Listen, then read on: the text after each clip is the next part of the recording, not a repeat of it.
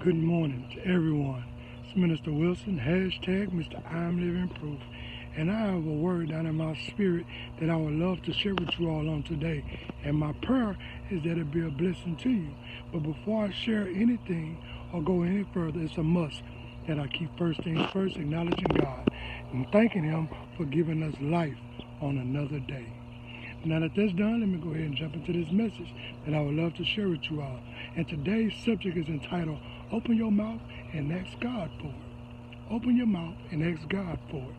And the scripture reading that I want to share with you all is going to come out of the book of James, chapter 4 and verse 2. And it's only a portion of that scripture that I want to share with you all. And the portion reads as follows. It says, You have not because you ask not. You have not because you ask not. And to add on to that, a lot of times we have not because we ask the wrong source for the things that we need.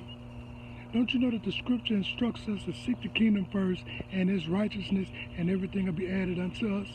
God knows what we need. God knows our heart desires, and God is in control because He is the creator of the created. So the reason you don't have is because you hadn't took the time out to ask Him. Have it ever crossed your mind that sometimes God sit back and be waiting to hear from you? It's like a child.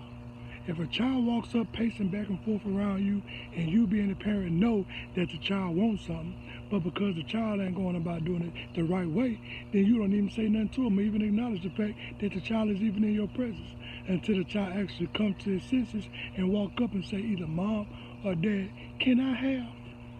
And then you answer the situation at hand. And that's the same thing that God has to do with us. We're His children. He loves us. He knows desires our hearts. He knows what we want. He knows what we need. But because we pace back and forth or going through other sources instead of acknowledging Him and asking Him, we don't have.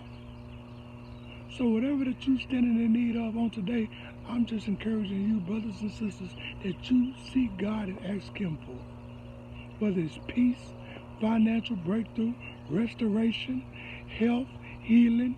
God knows what you stand in need of. So now it's on you to take the time out and ask God for it. Not your boss, not your mom, not your dad, not your sister, not your brother, not your wife, not your husband, but ask God. Because God is waiting to hear from you, not nobody else, you.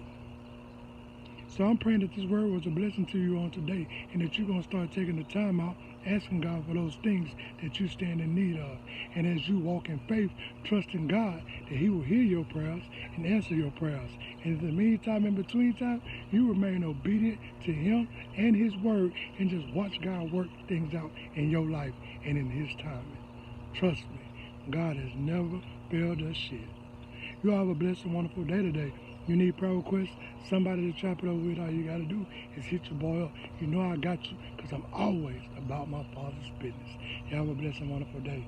And most of all, please, please, please, be safe.